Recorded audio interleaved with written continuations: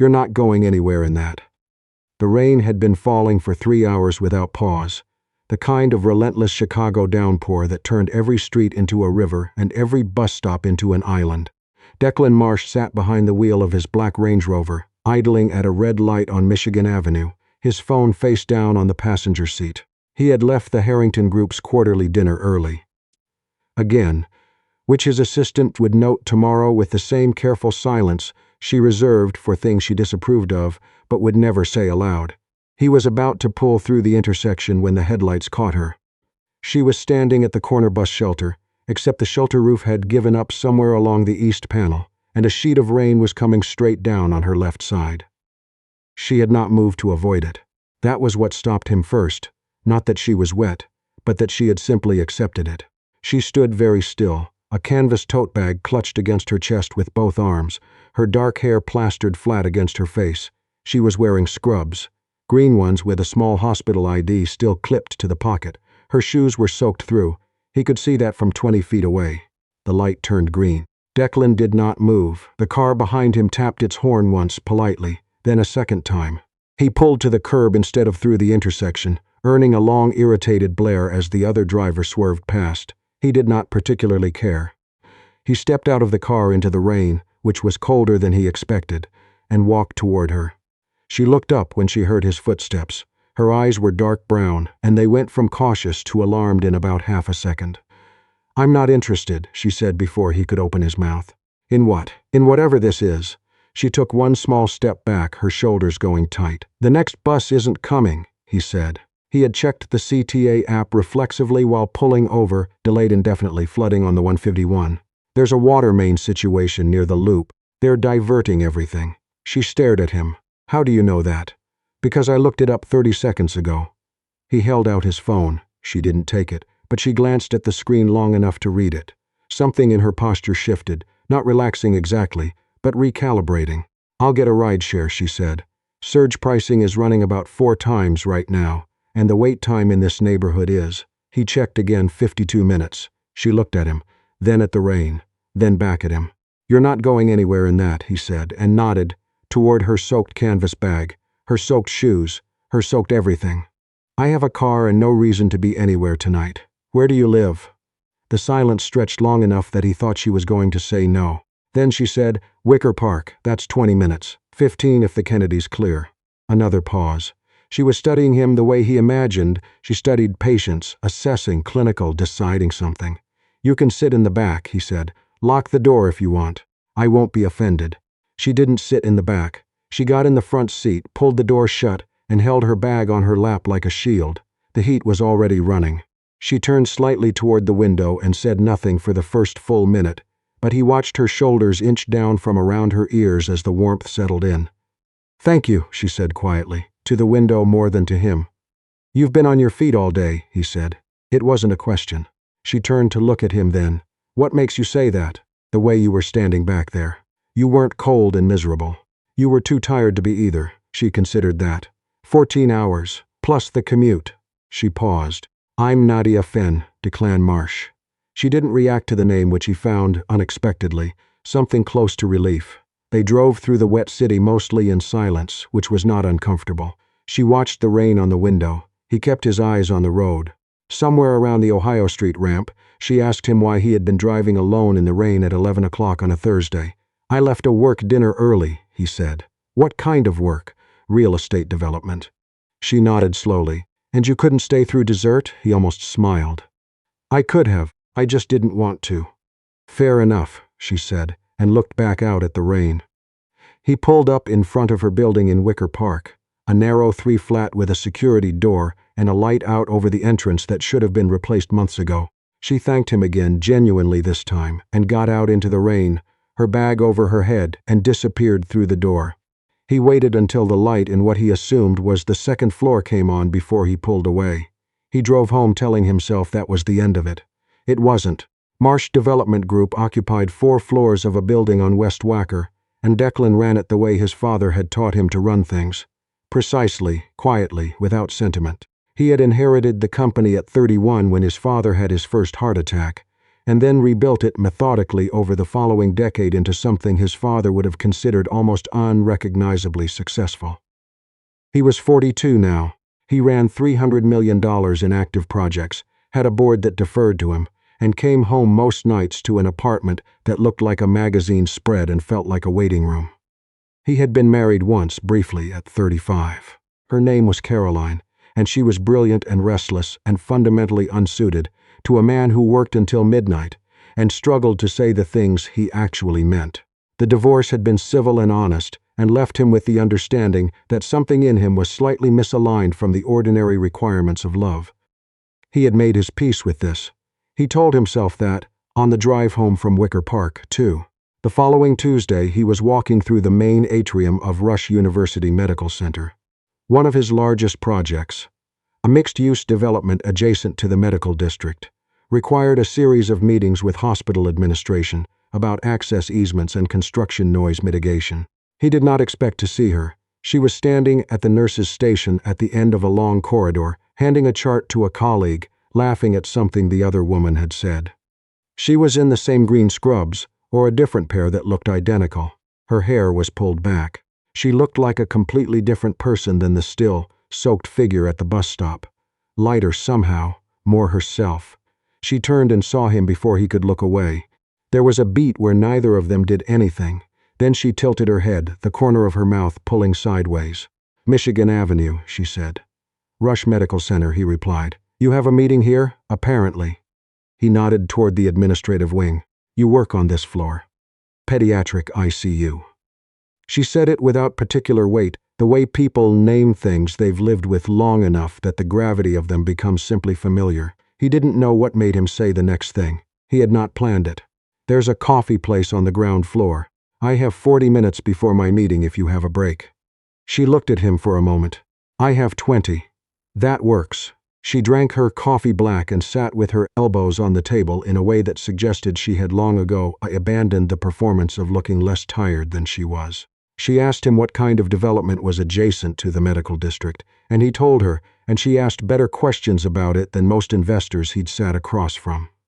She had grown up in Cleveland, studied nursing at Ohio State, come to Chicago for a residency slot at Rush and never left. She had a younger brother in Cincinnati and a landlord who had been meaning to fix the hallway light for 3 months.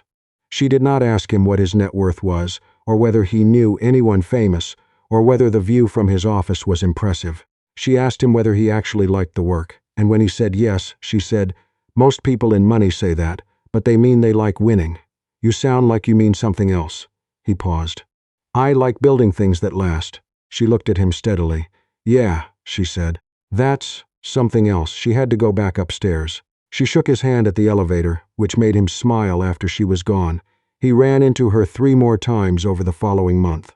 Once at the farmer's market on Division Street on a Saturday morning, where she was methodically selecting apples and he had absolutely no reason to be, except that he had inexplicably found himself walking in that direction.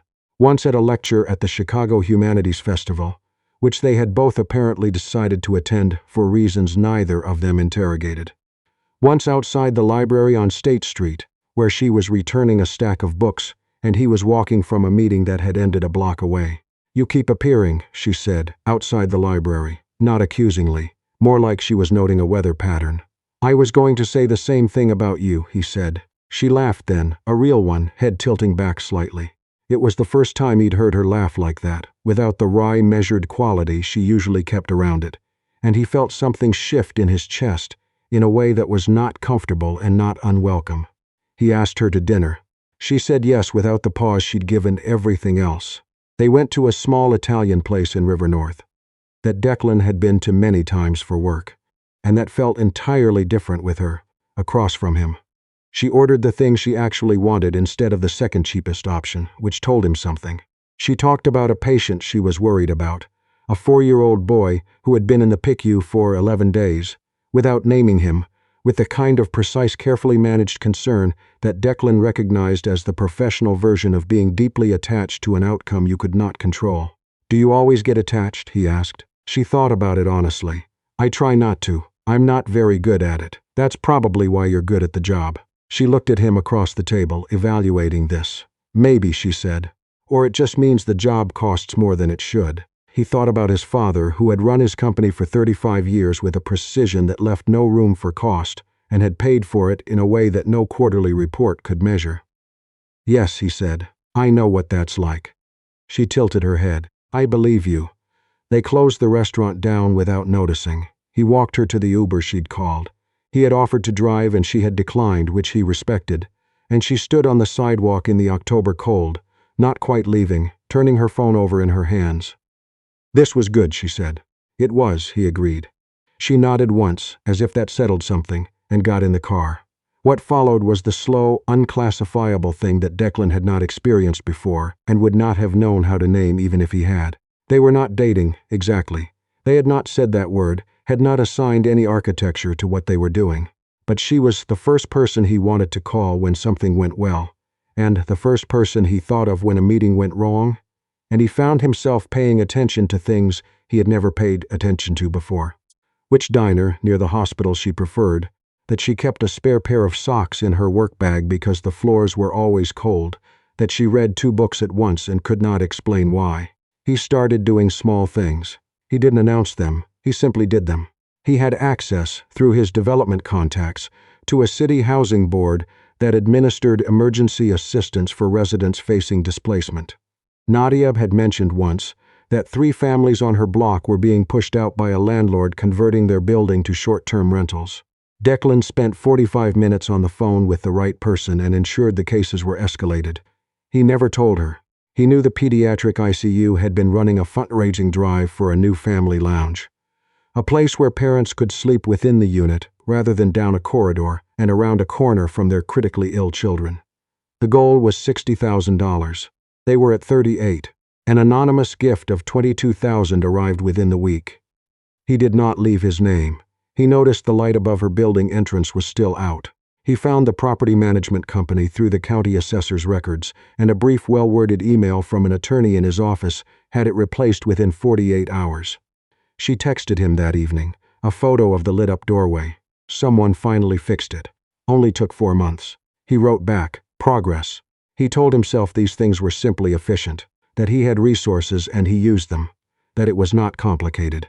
But at night, in the quiet of his apartment, the view of the city he had built pieces of, the shelves of unread architecture books, the single photograph on his desk of his father and his uncle at a job site in 1987, young and unguarded and not yet wearing all that would come after, he would sit with his coffee and understand that he was lying to himself, that what he felt for Nadia Fenn was the most uncomplicated thing in his life, which was precisely why it terrified him. He was not easy to love. He had been told, not cruelly. Caroline had been thoughtful about it, but clearly. He did not say things when he should say them. He operated in action and silence and assumed that was sufficient. He had learned this from his father, who had loved his family with absolute certainty, and never once told them in words, and had assumed they knew, and had been wrong in ways none of them fully understood until it was late. Declan was his father's son in more ways than the business. He understood this. He did not know how to change it. He was working on it, slowly, the way he worked on everything, methodically, in private, without announcing the effort. But Nadia was running out of patience, and he didn't see it coming. It was a Saturday in November, raining again, different rain, colder, meaner. She had come over after a double shift and fallen asleep on his couch, with her shoes still on, and a book open, on her chest, and he had covered her with a blanket, and worked at the kitchen table for 2 hours, just because it was the best 2 hours of his week. When she woke up, she found him there, and she stood in the kitchen doorway in her socked feet with her hair loose and looked at him for a long time in a way he couldn't fully read. "You're always watching," she said. He looked up. "Is that bad?" "I don't know," she said. "You watch everything. You take care of things." She paused. "But you don't say anything." He waited. She came and sat down across from him at the table. Not on the couch, not beside him, across. There was something in that. "Declan," she said carefully, "I need to know if you're in this." He felt the ground shift slightly, the way it did in certain negotiations when the other party said the thing that changed the meeting entirely. "What does in this mean?" "It means." She stopped, started over. "I've been doing this for 4 months, whatever this is, and I like it. I like you. But I don't know what you want, and I'm not good at not knowing." "I know what I want," he said. "Then say it." The silence that followed was not long. Maybe 6 seconds. But it was the wrong kind. He felt it close over him the way certain silences did, the ones that were not peace, but inability. And she saw it happen. He watched her face change as she watched his. She nodded slowly. One small final nod. "Okay," she said. Her voice was quiet and entirely composed. "Okay." She picked up her shoes from the living room. She put them on sitting on the edge of his couch, tying the laces with the careful, deliberate movements of someone making sure their hands had something to do. She gathered her bag from the hallway. "I'm not angry," she said at the door. I need someone who can tell me they want me here.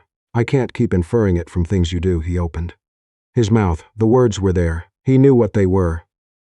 He could feel their exact shape, and something older and more calcified than reason locked them somewhere he couldn't reach in time. She left. The door closed with a sound that was barely a sound. Declan stood in his hallway for a long time.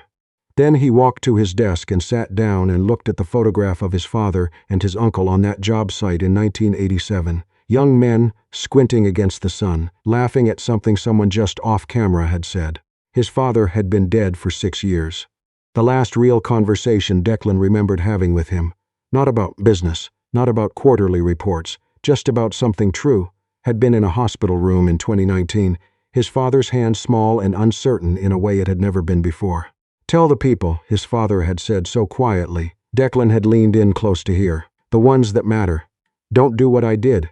He had thought he understood that. He had been wrong. He picked up his phone and called her. She didn't answer. He left a voicemail, rare for him, almost unprecedented, and said her name and then said the thing he should have said in the kitchen. He said it clearly, without qualification. Then he sat with the phone in his hand and waited. She did not call back that night. He went to the hospital the following Monday and asked for her at the pediatric ICU nurse's station. The nurse on duty looked at her screen and then at him with the careful neutrality of someone delivering news. "Nadia Fenn transferred to Northwestern Memorial 2 weeks ago," she said. He stood very still. 2 weeks ago. "Yes, sir." A pause. "Are you family?" He thought about what she had said in his kitchen. "I need someone who can tell me they want me here." "No," he said. "I'm not." He walked out through the lobby and stood in the cold November air outside Rush Medical Center's main entrance, people moving around him in both directions, and understood that he had failed the exact test he had been warned about his entire adult life. He did not stop looking. He had resources, and he used them, carefully, without intrusion. A friend of a colleague who worked in hospital administration, a mutual acquaintance through the Chicago Nurses Association, a patient family he'd met once through the PICQ fundraiser who might still be in touch. It took 11 days. He did not allow himself to use anything that felt like surveillance or pressure. He simply asked, through appropriate channels, whether anyone could pass a message. That he was trying to reach Nadia Fenn, that he wanted to speak with her, that she could decide whether to respond or not. She did not respond. He stopped. He had given her the choice. Taking it away was not something he was willing to do. So he carried it instead. The way you carry things that aren't finished, that sit in the center of you like a splinter, small and precise and constant. He threw himself into work, which was the thing he knew how to do. The medical district development broke ground in January. A smaller affordable housing project on the south side, one he'd championed over significant board resistance, was approved in February. He hired 3 new people onto his team, younger, sharper, and found he actually enjoyed teaching them things. He started going home at a reasonable hour more often than not, which his assistant noticed but did not comment on. He called his sister in Portland twice a month now, instead of the birthday and Thanksgiving cadence they'd maintained for years. He told her, once, carefully, that he'd met someone and that he'd done what their father had done and he was trying to learn from it. His sister was quiet for a moment and then said, "Dad would have hated hearing that and also known you were right." He laughed for the first time in a while. Spring came slow to Chicago. March was punishing, April ambivalent, but by the 3rd week of May, the lake had turned blue, and the trees along the Riverwalk had gone green almost overnight, the way they did, sudden and absolute.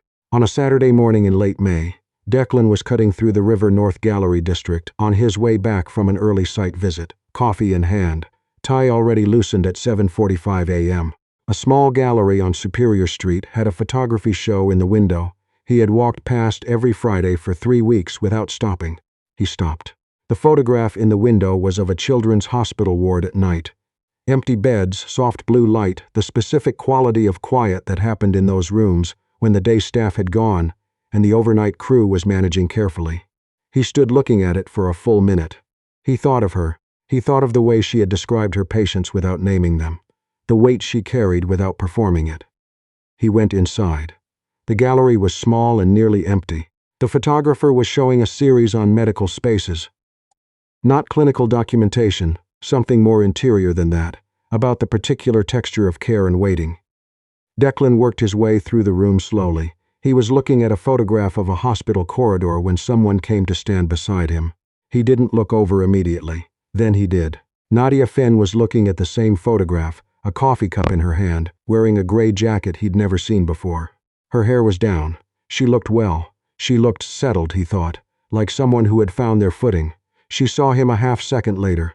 Her expression went through several things quickly and landed somewhere careful. "Declan," she said. "Nadia."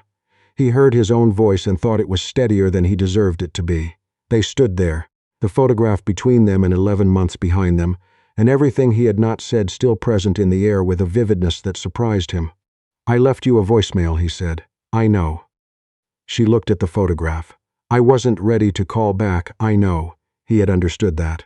He had let her go because she needed to be let go, not because he had stopped. She turned to look at him. Her eyes were the same, precise and warm and giving nothing away for free. "I'm not the same as I was in November," he said quietly. "I want you to know that, not because I'm asking anything, just because it's true."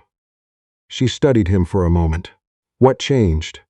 He thought about the voicemail, about his father, about 11 days of trying to find her through the proper channels, about the photograph on his desk, and the photograph in this window, and the particular way it felt to build things meant to last. "I stopped waiting for the words to feel safe," he said.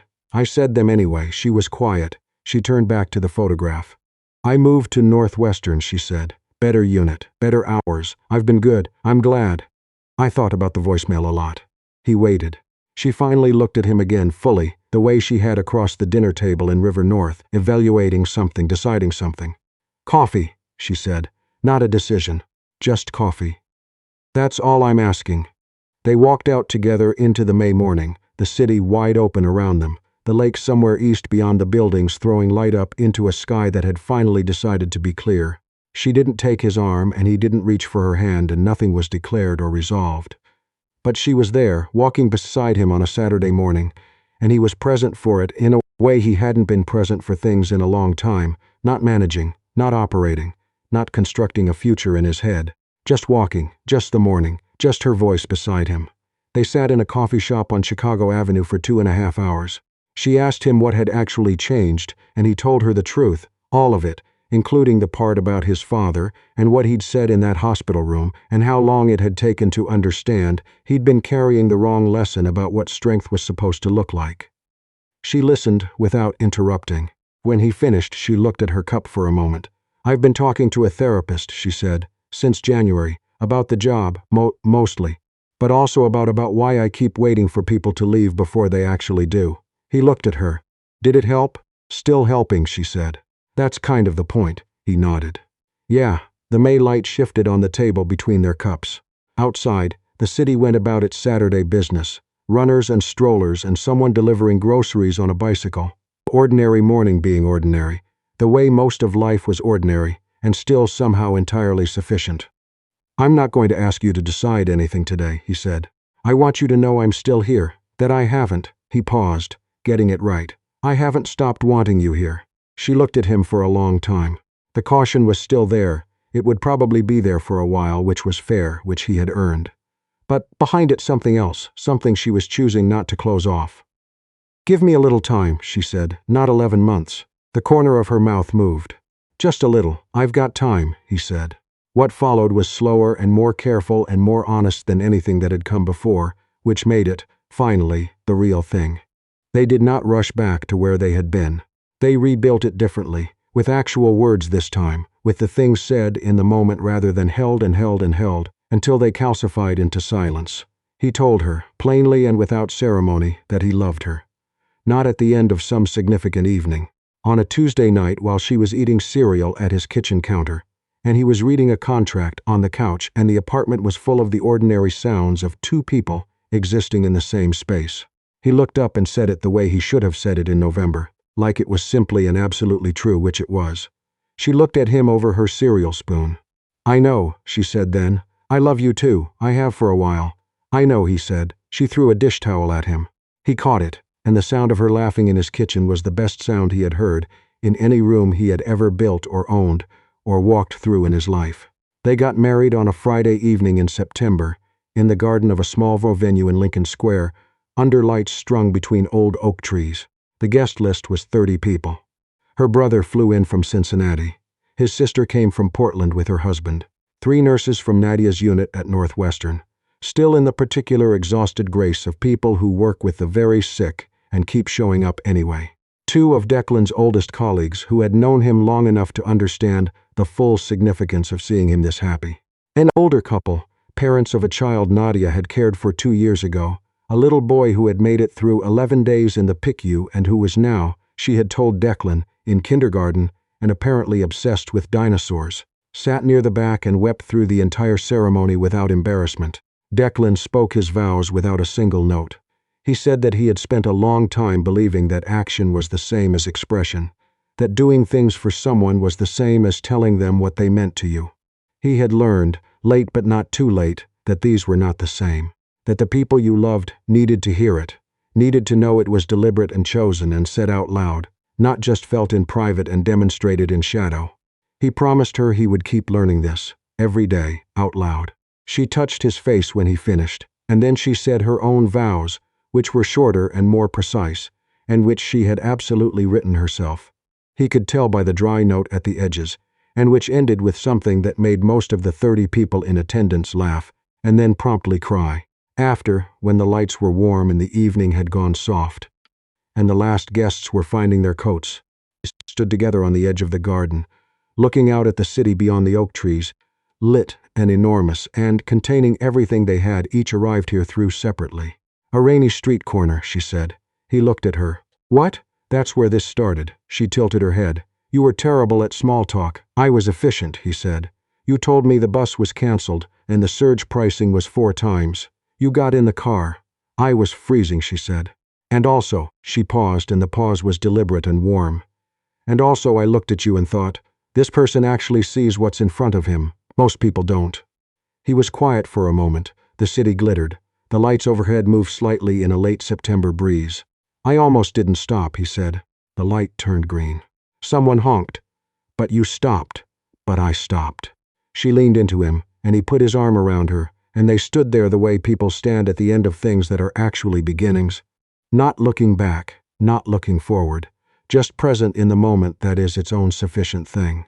He had spent 42 years building structures meant to last. This was the one he was most sure of.